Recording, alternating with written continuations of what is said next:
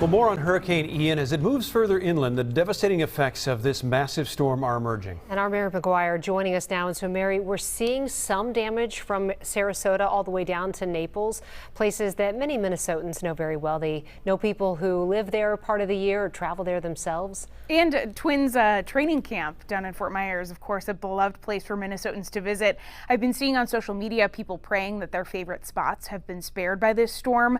We have learned tonight from the National Hurricane Center that Hurricane Ian has been downgraded to a Category 2 storm. Still, the impact of the wind and the rain could be seen and heard all afternoon and into the night. Now, this is video from Sanibel Island, Florida, showing rain seeping into a hotel after the front doors broke. Many in the area ended up staying in hotels for shelter after they simply didn't have enough time to evacuate after learning that Ian shifted its course a little bit southward from Tampa, where we initially thought it would hit. Also on Sanibel Island, you can see the water levels rising at this beachfront hotel. This is what you saw a little bit ago. That's what things looked like earlier in the day, and this is what things looked like just a couple of hours ago with the rain covering that pool there. As the rain continued to fall and the storm blew in, you can see that the entire pool is covered in water. Now, emergency services have been suspended in many parts of Southwest Florida until it is safe for first responders to get out there and help people. At last check, more than 2 million people in Florida are without power, and that number is expected to grow as the storm continues to move throughout the state. Kelsey and Randy.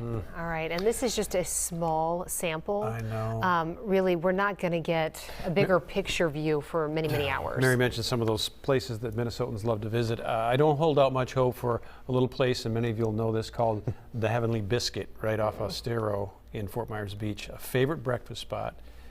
Fabulous biscuit breakfast. Yeah. But it's one of those older buildings, small, sits right on the ground. Right on the, yeah. And the video coming out of Fort Myers Beach, not just the wind, but the inundation from the storm surge, upwards of 12 feet. Yeah. It's just it's swallowing everything. It's like the doors open and the Gulf came ashore and took over. So landfall this afternoon with 154 mile-per-hour winds, 8 to 12 feet storm surge, and rainfall of 10 to 14 inches that will continue as we work through this evening. And you're looking here at landfall.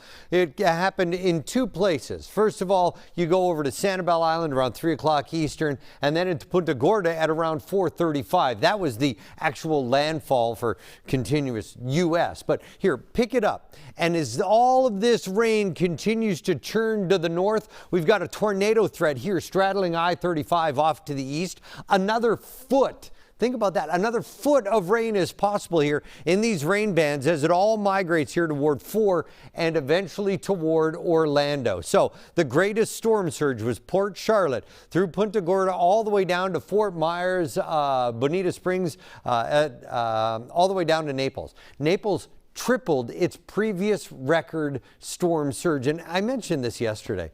When you think about how tall, I'm 6 feet tall. If I reach up as high as I can't get to 9 feet. If you think about 9 feet of water on Main Street, Stillwater, on Main Street, Excelsior, that's hard to fathom in your head, yet that's what happened in these small, beautiful, bucolic little towns and cities. Now,